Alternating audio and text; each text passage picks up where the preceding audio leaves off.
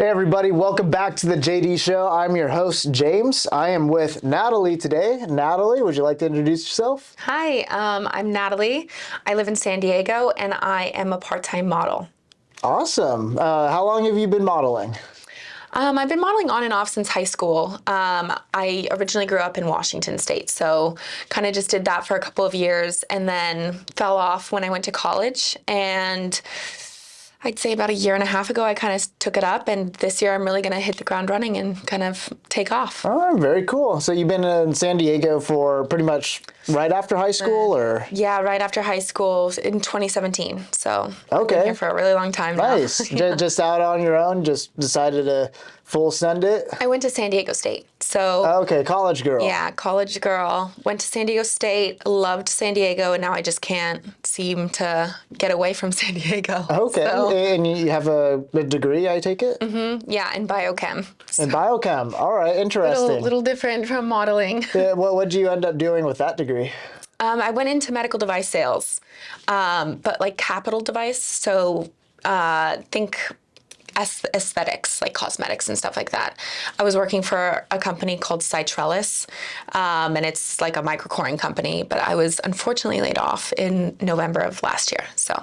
Oh, that is unfortunate. So Yeah. what are you doing now to kind of pick things back up? Yeah, honestly, that's kind of where I'm stepping in with modeling. The industry just doesn't seem, or at least the capital sales industry doesn't seem to be doing very well.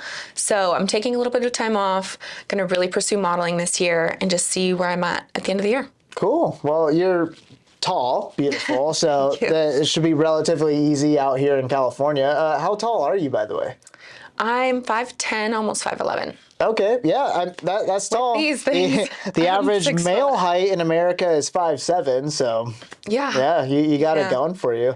That's true. Yeah. I mean, there's pluses and minuses to being this tall. I feel like I've come into it as an adult, but when I was growing up, it was really hard being the tallest out of everyone in school. So Yeah, I'm sure. And I also assume it kind of hinders your dating pool a little bit because, Yeah. again, like I mentioned, average guy height in America is 5'7", so you're probably not dating anyone shorter than yourself, I assume. No, definitely not. I had a really hard time in high school, I'd say, because I feel like all of the really attractive people were really short. And so, I don't know, it's all right. But when I went to college, it was a lot better. There was a lot more More options. dating pool. Yeah, I mean, California is a bigger state than Washington, too. For sure. So, but yeah, that's cool. Good for you. And are you single right now? Relationship? No, yeah, I have a boyfriend. He's fabulous. We've been dating for 2 years. We moved in together, I don't know, 6 months ago, and it's Okay. going really well. Yeah. Awesome. Good for you. Is that your first long-term relationship you've had? I've had another long-term relationship, but I'd say that this is like my first long-term relationship where I see my life with him, you know? Like I want to share everything with him. We got a cat together. Oh, cat. That's big moves right there. It is a big move. It is a big move, and he's the cutest little thing ever. But yeah, I don't know. I mean, I think there's a big difference from who I was dating in the past versus like who I'm dating now. So. Okay. How old were you when you got into your first relationship? Oh, shit. My first real relationship, I mean, obviously I was in relationships in high school. Right. I mean, like- high school doesn't count. Let's talk Yeah. about after high school. Being an adult in California in college. Yeah. Well, I'm going to skip over my first real relationship because that was a really shitty experience. So my second relationship, I think I was like 20, maybe 21 years old when I started dating him. He was a really great guy. I just don't think that we like aligned in just a lot of different ways. He was just like a golden retriever puppy, you know, just so happy all the time. A nice guy? A nice guy, but like just even when I'm down, it's like the world is still sunshine and like rainbows. And it's like, can I just feel my emotion rather than being like, pick yourself back up and like smile about it all the time. You know, sometimes it's good to feel your emotions. So it sounds like you wouldn't really describe him as like a bad boy. no. Okay. Yeah, he's not a bad boy. Yeah, see, that's the problem right there. Like, nice guys, they just don't last. My boyfriend's a nice guy. I But think he is a he's little bit more probably edgier. But yeah. See, you could be a nice guy, like deep down, Yeah. right? But you still have to be a little bit of a bad boy and have a little bit of asshole in you. yeah, I think that's the thing. Like, he's really a nice guy to me. And obviously he's nice to everyone, but he's definitely more stoic and like standoffish. And I like that. Like, I like the idea that he's only really like that with me and like really loving and caring with just me. So Okay, that's me. yeah, that makes sense. So it sounds like he's more of a traditionally masculine type guy. Yeah, definitely. Okay, and that's something you're attracted to, obviously. Yeah, 100%. I think it makes me feel like I can be more feminine. You know, like with my last boyfriend before him, I felt like I had to wear the pants in a lot of regards. And with my current boyfriend, like, I just sit back. He's the man in the relationship, and he just takes care of me and like makes sure everything's put together. And I just really appreciate that because it makes me feel like I can be the woman in the relationship. Like, shit, he had me like cooking and baking and doing all the little household chores because I'm like, I want to please my man. But in the past, I wasn't really like that. I was just like, I'm not going to fucking clean for this guy. Yeah, that's very cool you say that. And this is something we talk about on this show quite often with the female guests, is the exchange between male and female energy within a relationship. And when a female can express her feminine energy and feel comfortable doing so, usually the female is going to be a lot happier in the relationship. Oh, yeah. But that takes a true man, a very masculine, confident man who knows how to handle a woman to be able to demonstrate the behavior that the female wants in that relationship. Yeah. So she can relax and be in her feminine energy. And I want to ask you this, because a lot of girls on this show have told me they enjoy being able to turn off their brain around their man. For sure. That's the thing. I mean, like, I'm a very go person. I'm like a boss woman outside of my relationship, you know, like even in the workplace or like just my friendships as well. Like, I feel like I'm a constant leader. And so when I'm with my boyfriend, it's nice to like sit back and relax and like let him take the reins. Like, I think the perfect example of this is like, I'm like a little traveler princess. Like, if we're going anywhere, like on a plane, I don't have to worry about that. Like, he has our itineraries. He has everything booked and planned. Like, I just have to hold his hand, walk beside him, and just enjoy my day. And that's just so much more relaxing and better for my mental health, I'd say. Oh, of course. Yeah. Because one big, again, men and women are different from each other in a lot of different ways. But one big factor that makes us different is men have the capability of being able to turn off their brain and literally not think of anything. Women can't do that. You guys are always thinking of something constantly. Even if you're watching a movie, your brain is going. Yeah. So when a woman can find the type of guy that can allow her to relax and just handle things, that is a huge step in the right direction for recognizing those green flags that can lead to a long-term relationship. And it sounds like you found that. Oh, yeah, absolutely. I mean, it was very like relevant in the very early stages of our relationship too. So I don't think I was necessarily looking for something like that, but I happily found it. So I'm very happy with it. Cool. Good for you. Is he older? No, he's actually a year younger than me. Okay, so 24 years old. Yeah, he's 24. Interesting. Yeah, I've known him for a really long time. I met him when he was a freshman in college, and we've just had this like weird interaction with each other where we've just always been very attracted to each other and kind of like a little secret love, if you'd like to say that. So I don't know, we've known each other for, 6-7 years now. Okay, what kind of background does he have? What do you mean? Like, did he grow up in a traditional family, like both mother and father involved? Yeah, no, I mean, his family's amazing. He grew up in Northern California, Sacramento area. Okay. His mom and dad are still together. He has a brother. He's in finance right now, just doing sales for a different company. But yeah, he definitely had like a traditional family and like a great role model to look after. See, that makes perfect sense. And this is a huge problem within our society here in America today is divorce rate is at an all-time high. Yeah. Families are, for the most part, it's more likely a family's going to get broken up versus stay together. So it makes sense when you're telling me and you're describing your boyfriend, how he has these positively masculine traits. He's the leader in the relationship. Looking at his family history, he grew up in the nuclear family, which is so utterly important. But having both the mother and the father involved to be strong role models raising a child. Mm-hmm. So that makes perfect sense. And it's really interesting to hear you talk about this because a lot of people in America like don't really understand how the relationships between a mother and father really do impact a child growing up. Oh, absolutely. I think it's very unique that we both have families that are not like broken. So, I mean, we've talked about this multiple times. So you grew up in a family, mom and dad together, good role model. Mm-hmm. Both of my parents are great role models. They're still together to this day, very happily in love. Obviously, I think the one thing I'd say is my mom is like a very boss lady. Same with my dad, but they're very like leaders in their own way. And so I had... Is your father still the overall leader? I don't know. I don't know. I think it's interesting. I think that you can be leaders in your own way, but like not necessarily be like an overall leader. I think in different aspects. Usually in a relationship, because like, you know, I'm in a relationship too. Obviously, like because of the work I do, it's not as traditional as others, right? Yeah. But she's a very confident, like, you know, boss woman herself.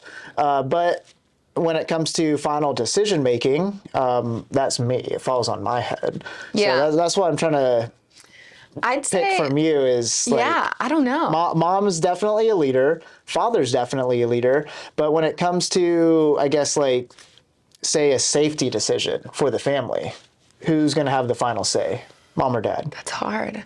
I'd like to say my dad, but at the same time, I think a lot of, I don't know, they're very collaborative, I'd say. So yeah, safety decisions, sure, my dad. But also I think my mom plays a very strong role in making a lot of like financial decisions with my dad. They're both partners in my dad's company. So he started his own company. He brought my mom in to also be on the board. I think that they really work well together. So I think it's a little different from what we're necessarily talking about like the man leading. Mm-hmm. But I think everything's variable. Every relationship is different. Yeah. So. Okay. Well, that's very cool. So you definitely grew up with traditional family values. It sounds like religious values. Are you Christian or? I am not. I don't know what I am. I'm not sure. I grew up Catholic and I didn't really love that experience. I just felt like every time I was at church, I was just kind of sad, you know? Yeah. And I don't think that I got what they were trying to give me, you know? So at this time, like, obviously I would hope that there's something out there. So you do believe in a higher power, you just don't really conform to one religion. I don't know what it is. And so I don't think that I have the knowledge, and I haven't done any kind of research to back any knowledge. So at this time, I have no idea. Okay. Yeah. No, that's perfectly fine. That's interesting, though. So, yeah, you grew up in a religious background. Was your boyfriend religious too, or? Not really. Not really. His family? No, not really. I mean, like, I think they're spiritual, but they aren't very, like, they don't go to church or anything like that, as far as I know.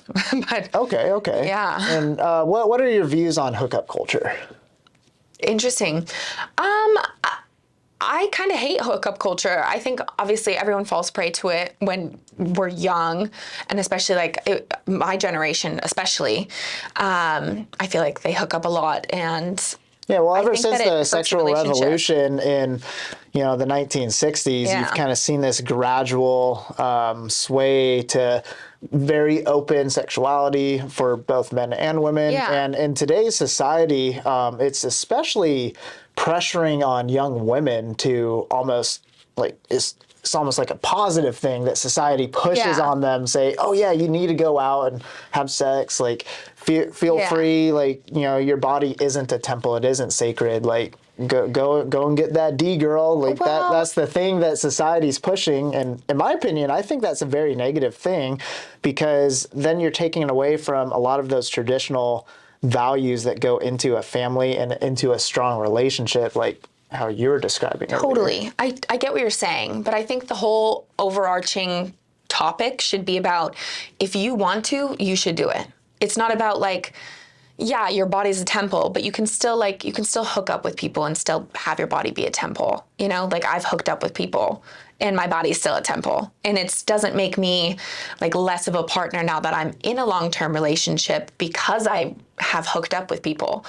I think it's a little bit of weird territory, because like, obviously it's definitely not black or white. There's gray territory. But like, I'm not going to my idea behind it is, there are a lot of studies to show, and again, like, sex is different for men and women. I'm never going to shame anybody for, what they do. I have a lot of wonderful women that I work with who love going out every single weekend and hooking up with a new partner.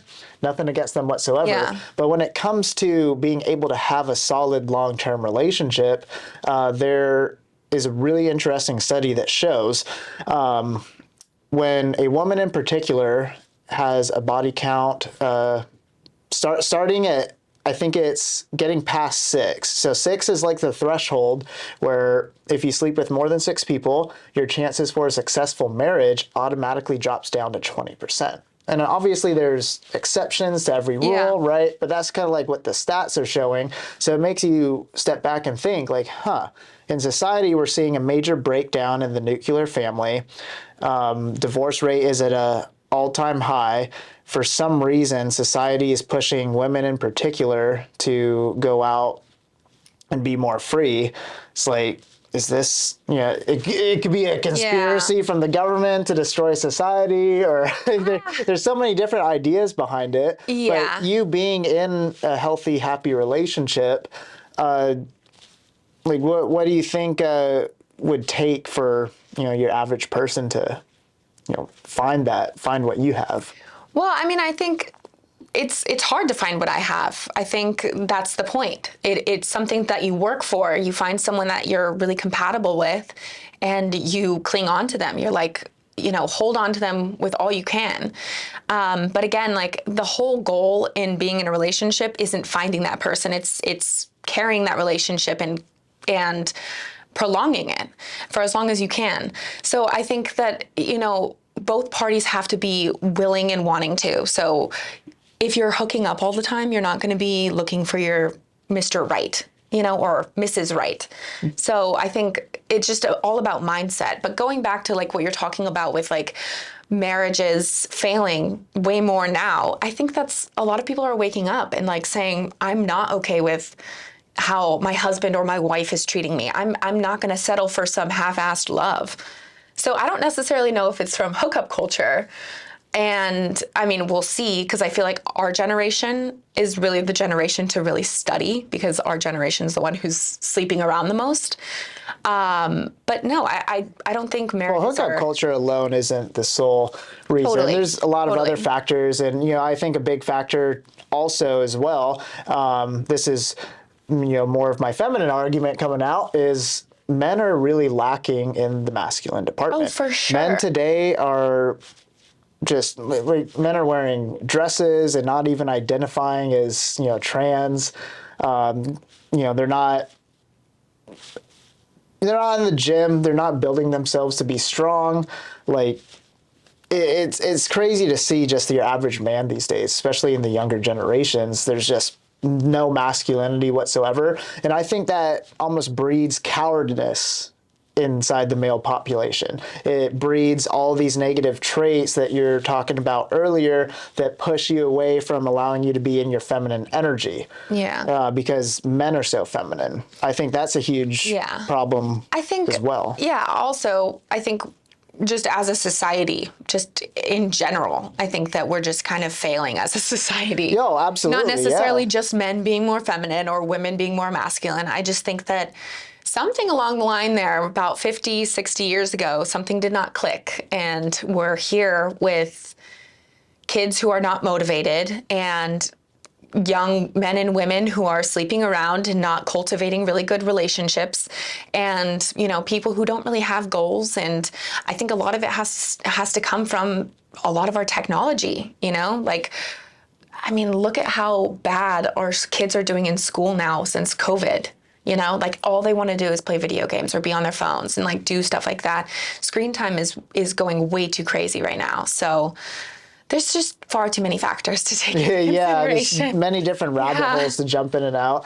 Yeah, but it is interesting. Again, recognizing that both men and women are different when it comes to how their brains work, right? Yeah. So women in particular, it is a lot harder for women to develop that pair bond when they've had a lot of partners, because there is an emotional connection. A chemical release happens in the brain when a woman has sex, where for men, that chemical release doesn't exist. So a man is able to have sex and have zero emotional attachment to it. But when a woman does it, even if it's a hookup, there is still it could be even a subconscious thing happening in the brain where they have an attachment to there. So when a woman has, dozens of bodies under their belt, when they do finally find a guy, it is significantly harder for them to pair bond, where the unfair side, the opposite side for men, is we don't have that same experience. So men can actually sleep with multiple women, but when they do find one that they love and want to settle down with, their pair bonding ability isn't affected. So what's your take on men sleeping around versus women sleeping around? I think it's an unfair double standard, to be honest. It is. Yeah, completely. Yeah. I just think the whole idea of your body as a temple, your body should be a temple too.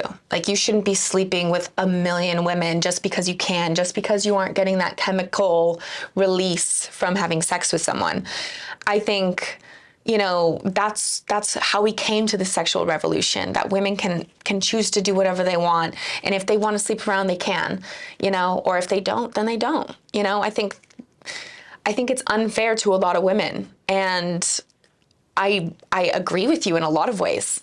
And I don't really know how to go past there, because both sides of my brain are fighting against each other, saying, your body's a temple and do what you want and be happy and right. See, before the sexual revolution, even still today, it's very acceptable for men to do whatever they want. And even still today, men who have a lot of access to women, who have a lot of sex with women, are praised, right? Yeah. And women who do the same thing are still called sluts, whores, etc. Yeah. So before the sexual revolution, women were utterly shamed if they had sex outside of marriage. Yeah. Right? So then that brings the whole idea of, well, why can't men do it? Women should be able to do it too. So then we start accepting women doing it. But then we start to see the damage to society and the collapse of successful marriages, the collapse of the nuclear family. So then it's okay, well, let's go back. Yes, the world is very unfair. And men throughout history, especially, the greatest men throughout history, have had multiple women, multiple wives, multiple kids, right? And then women, of course, can only have one child a year.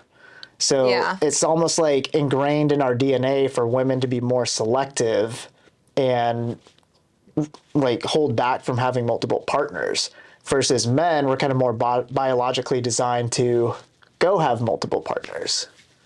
But at the same time, I think that, we aren't just our biology. So just because a man can sleep with a million women and impregnate a million women doesn't mean that they necessarily should. I think that we have advanced and evolved as a species. So I think exactly what you're talking about, pair bonding, is integral for us to evolve and continue to evolve.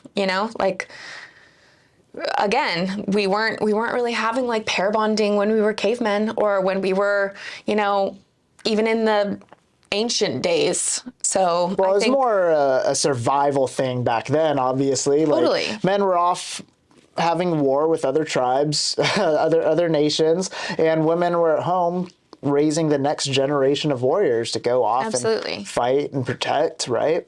But yeah, like now we live in this, it's not normal, the society that we live in, like the safety and security that we have, it's not normal. Like throughout entire human history has been war and conflict, but now we kind of live in this relatively easy life. We have everything that we need in our hand with our cell phone, right? Yeah. Go to Starbucks, spend $6 on your coffee, and walk around with your headphones in, not worrying about someone coming up and raiding your village. It's not normal, right? Yeah, I'm scared if we go to war. Yeah. I don't have a lot of faith in today's society of men to really like pull something out for us. But I mean, that's something that I get really scared of. That's what I talk about with, or what we can talk about, you know, boys and men these days aren't feeling very masculine and aren't, you know, don't have a lot of national pride either, which I can't say I have a ton of national pride.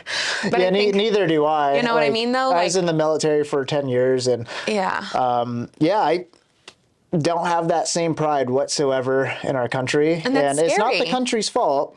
The country as a whole is still the best country in the world, but our government is ruining it. But isn't our country the same kind of thing as our government? Like, doesn't our government dictate how our country is doing? So I feel like that plays a huge role in it.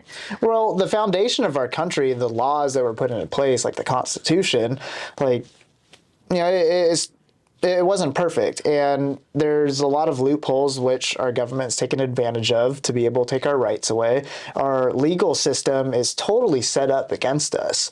Like what you're seeing with, you know, love him or hate him, former President Donald Trump, he is undergoing extreme lawfare right now. The unjust nature of what he's been going through in the legal system really highlights how if the government really wants you, they could figure out a way to get you. And that applies to just the normal man. Like if a prosecutor really has it out for somebody, they could figure out a way to drag you through the legal system for years. Even if you never get convicted, you're still going to spend tens of thousands of dollars in legal fees. You're going to have to be in and out of court. Sometimes they can even hold you in jail without bail if they so choose. Yeah. So it's almost guilty until proven innocent, which in society we're led to believe in our country that it's the opposite, but it's simply not true. It's not. And that's not the way our country was founded. This is all new legal loopholes and new laws that have been created to essentially enslave us. Yeah. And that's why I like to have these conversations about male-female dynamics, because it all comes back to that nuclear family having a strong family core, because at the end of the day, that's all you got, right? Yeah. And if you don't have that, you truly have nothing. And that comes back to my conspiracy theory that with all these new ideologies coming out, it's probably some higher power purposefully trying to break down the nuclear family to keep us all enslaved. Interesting. I mean, that's an interesting take. I mean, I'm not a huge conspiracy theorist. I have no idea what's going on behind the screens or anything like that. But I mean, I feel like, yeah, it would definitely be the case where they're trying to get rid of the nuclear family. But at the same time, then why would they be overturning like laws like Roe v. Wade? You know, like that's to promote childbirth, you know? So it's like basic human rights are being taken away. And I think that is supposed to promote childbirth rather than, you know, diminish it. So I don't know. There's lots of different things that I think about, but I feel like we're going down this rabbit hole of like, I don't know exactly. Yeah, now we're getting into some crazy conspiracies. Like government stuff. Break out the tequila at this point. I mean, tying it back into, you know, just simply cultivating yourself as an individual for both male and female. We got into the debate of it's not fair for men to be able to go and do whatever they want, and then women get shamed for doing whatever they want. But here's another thing, too. Men almost need to go out and experience multiple women, not necessarily have sex, but go out and date. Okay. But also at the same time still have So do sex. women. Well, no, here's the thing is a very high value man typically respects a woman who wants to be more like reserved and hasn't gone out and experienced all the cool things in life, like traveling on the billionaires' yachts and whatnot, going to different countries, like sleeping with multiple different men. Because men, as they get older, become more selective because they've developed themselves, right? They've really built a strong masculine presence within them. Okay. And women are attracted to that. I mean, here's the thing. I am attracted to a man who respects me and allows me to, one, do whatever I want, go on a billionaire's yacht. He's not going to be like, oh my God, you can't go on this guy's yacht because I'm insecure that you're going to be out there with a billionaire. I want someone who doesn't care about my past, because if I don't have anything, like, you know, that shouldn't matter to you. Where I've been should not matter to you. I'm not asking him about his past. I'm happy he's had his past and he's happy that I've had mine. But I think that it... Was he the type of guy that's like been able to get women easily in the past? Oh, for sure. Yeah. For sure. So but I can that also get experience, by like, guys easily. right. You Well, know? that experience helped him be who he is, like all those masculine traits that you like. If he didn't have those experiences, right, he'd probably be a lot more shy, a lot more like conservative, held back, and it wouldn't be as attractive. Yeah, I think everyone's different though, because I know a lot of people who are very interested in shy people or very reserved people. And like I said, I don't think he's necessarily like super outspoken. He's very stoic. Like he is confident in who he is, and he's very masculine. But I just think there's a different kind, it's like a silent kind of confidence. You know, he's not the person who's like screaming at the top of their roof, like, you know, being out there and obnoxious. He's just a very reserved, confident kind of guy. But going back to what you were saying, I think that a high value man, there's lots of different examples of that, you know, and lots of different traits that they could have. But I think one trait that they don't have is judging their partner on their past, because that's not a high value man, in my opinion. Well, it's not necessarily judgment. Like I said, I never judge anybody for what they want to do in life or their past, but then it comes back to my preferences. Like, just for me, it is my preference not to have a long-term relationship with someone who has a past of, you know, partying too much. It's just not what I want. And I think that's reasonable. Like I said earlier, I'm friends with a lot of women who go out and do crazy stuff. Like in my job, like I facilitate, you know, the hot models going off to party on the billionaires' yachts. I'm all about it. But just when it comes to my preferences for a relationship, I'd prefer not to have a woman with that type of experience. But I always get judged for that because women have their own preferences. Like, you want a guy who's tall, handsome, charismatic, etc. Like, you don't want the short, fat guy. That's your preference. Is it fair? It's debatable, but you're allowed to have your preference. But like, why don't you want your partner to have those experiences and have fun when they were young? Because you know, I think that I want shaped to me a give lot. my partner those experiences. Totally. I want to be able to have the woman who I can take to Belize for the first time, and she's not already been there before on, you know, traveling around first class, private jets, and whatnot. But that's like a high valued woman who's going on these yachts and going on these first class business class trips or whatever, going to Belize with most of these women who are going on these trips, they're younger and very beautiful. That's how they get invited. Like the guy who owns the $500 million yacht, he's worked his entire life to be able to get that yacht. But then the 18-year-old girl freshly out of high school is in her freshman year of college who has Instagram, gets a DM to go on that yacht. Well, that's another topic. Inviting an 18-year-old girl on your yacht. Well, it could be 20, 22. I mean, I'm just saying. An adult female, right? An adult model, like going on the yacht. I mean, you're really, really young yourself. You're 25 years old. Most men who are 25 have nothing in life. They're still building, and it takes a long time to really build. So that's why I'm saying, like, you know, women are almost born with value. Women are cared about in society. Men are almost born with no value. Once they reach adulthood, no one cares about men. Even if you are really handsome, good looking, you're in the gym, if you're not someone of significance, society just doesn't care about you. I don't know if I agree with that. I think men are way higher valued than women, to be honest. Like, I mean, maybe even at a young age, I think that men are treated differently in the family as well as in schools and when you get your first job and just in society in general. I think exactly what we're talking about. Women are more nurtured and protected. Okay, for society? sure. But you're not thinking of every society. Because like, so I'm Mexican. In my society as a Mexican woman, men are nurtured, way more nurtured than any other woman in the family. That is just a basic fact in Mexican society. And I know that for a lot of Latin societies as well.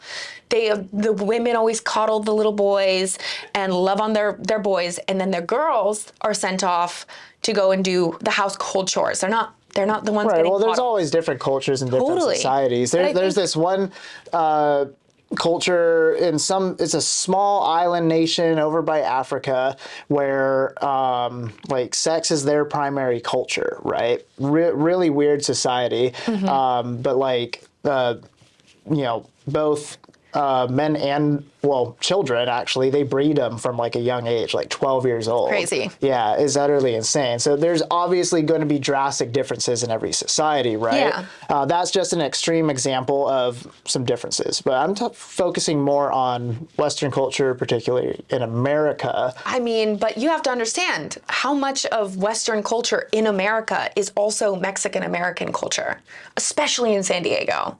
Especially in California in general. Oh yeah, you have a lot of Latin influence in California. For sure. But like, there's lots of subcultures totally. within every single state, right?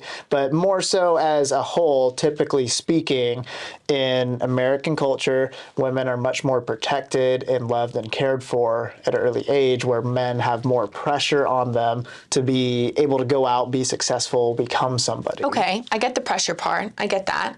But then I don't think that we're very nurtured and cared for when we start doing stuff that men don't like sleeping around, or like when you get old enough to, have any kind of value sexually. We are not sorry.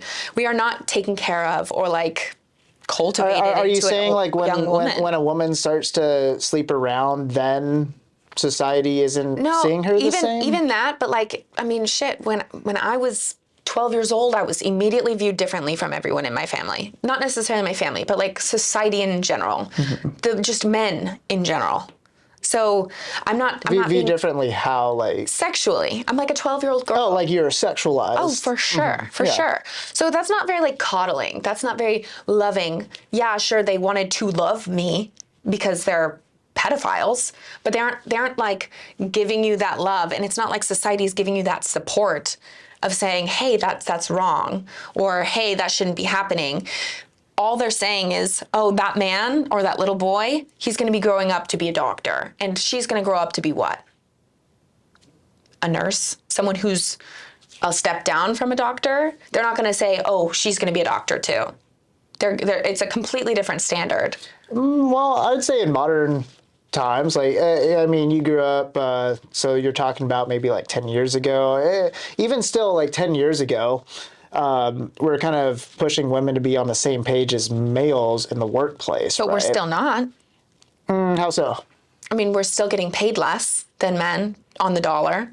So that is a whole other argument that we go on for an hour between the wage gap. I'd love to have a full episode on that because that'd be so interesting. But for time's sake today, let's bring it back to, let's finish it off with this. So you mentioned women being sexualized. Like, yes, that is going to happen. Is it fair? No. Like, obviously to a child, that's completely gross and disgusting, and pedophiles should face the death penalty, in my opinion. But still, like, even adult women are going to be sexualized everywhere they go by men. Is it right? No, it's not. I don't think men should do that.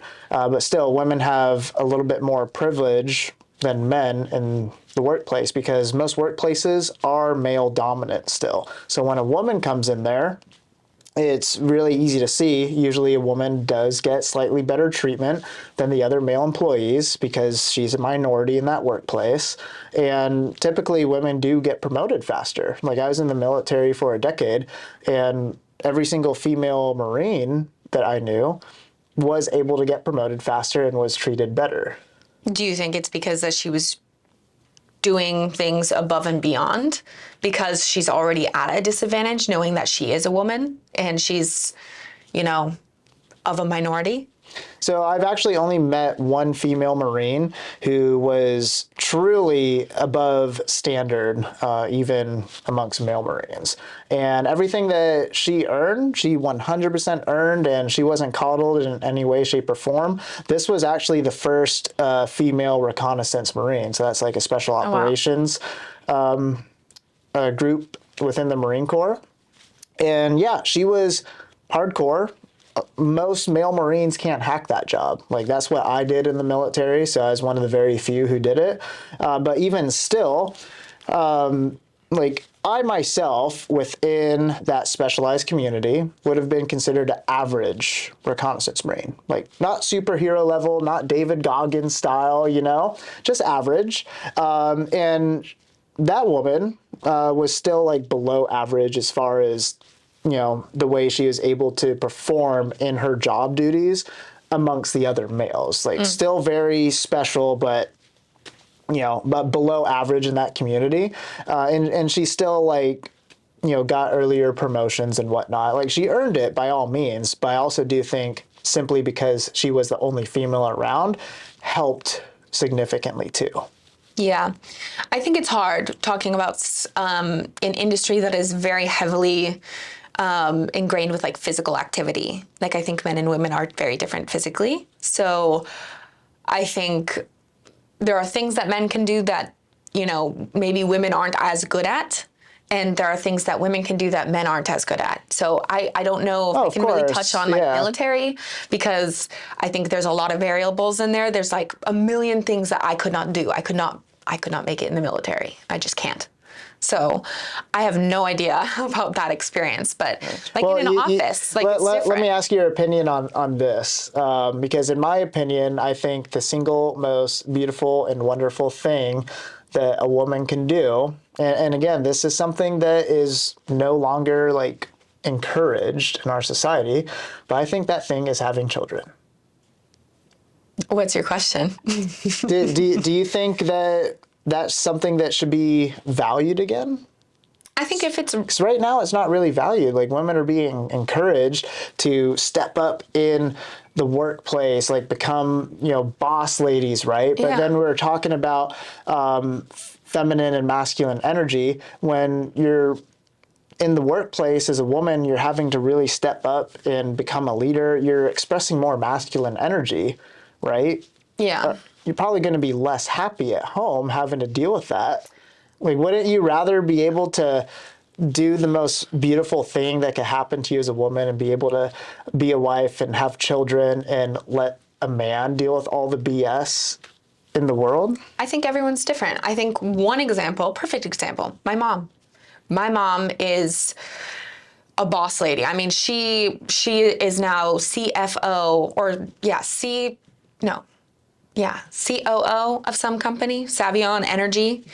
She worked her way up to that company, and she's incredibly, incredibly successful. Yeah, she has to be masculine, and she has to be, very strong and confident in her abilities. But she also had me. Mm-hmm. And she has a family, and she's extremely happy. She has my dad, who is also very masculine and confident in his abilities in his career. So I think it just depends on who you are as a person. Like, for me, I want kids. I want a shit ton of kids, but I also want a career. Mm-hmm. Like, I want something that, like, I can be proud of. It doesn't necessarily have to be such a crazy high-paying career. Like, that's for now, when I don't have family and I don't have a kid. Mm-hmm. And when I do have a kid... Yeah, you are definitely forced to have to work. Yeah, I want to work, though. Like, mm-hmm. I don't want to just sit around and do nothing with my day. Like, I'm kind of a workaholic in that way. Like, I'm like my mom. Like, I love being a little crazy during the day and get to come home and be nice and feminine with my boyfriend. So I think everyone's different. Some people don't even want to have kids. They've had like past experiences where they, their home life isn't very good. And so I think everything's variable. But yeah, I think it's something that should be cherished. having kids is a beautiful thing, but also our world is super overpopulated. So if people don't U.S. wanna have population's declining. Other areas like China and India are increasing rapidly. yeah, but I'm talking about world population. Like world as a world, we are way too overpopulated. So Right, but the U.S. isn't adding on to that. Our population is realize. declining. So that comes back to like within our culture, the collapse of the nuclear family, the decline in traditional masculine and feminine energy within society is all kind of leading to almost the collapse of America, if you think about it, because other nations who still have those values, their population are increasing, like you just said. But is population increasing necessarily a good thing at this point in time, especially with global warming right at our That's debatable. doorstep? Yeah, I don't think, I mean, that's a big, we talk about this all the time in our relationship. We do not want to have kids in this world climate right now, not necessarily global warming, but in like our government. You know, I mean, a lot of terrible things are happening in our world right now. Is this the kind of climate that we want to bring some kids into? No. I don't think it's because I don't want to have kids. I just told you I want to have a shit ton of kids. It's a lot to do with our government is shit. The world economy is shit. We're going to possibly go to war with multiple different countries.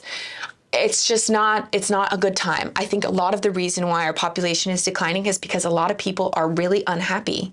Not necessarily because they don't want to have kids, but they don't want to bring someone into the world like this.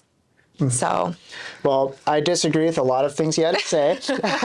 And I have some really good arguments, Okay. But we are at time for this episode. Natalie, it has been an utter pleasure having you on here. You're very intelligent. You have some very good insight on the world, as well as being obviously beautiful. So thank you very much for coming on, and I'd love to have you back here and go full on debate. Like, yeah, I can tell we can go on for hours back and forth. This has been great. I don't know if you can handle it toe to toe. We'll see. We'll break out the tequila and we'll see. Okay. Well, thank you so much. Guys, hey, if you like that episode and you want to see us continue this debate, I'll make sure she gets back on and we'll see who wins, all right? Let me know in the comments. Make sure to like and subscribe. We'll see you next time. Oh, before we go, where can they find you? Oh, my Instagram is natalie.schultes, and we can tag it in the comments as well. Perfect. Sounds good. All right. Thanks, guys. That's all. Thank you.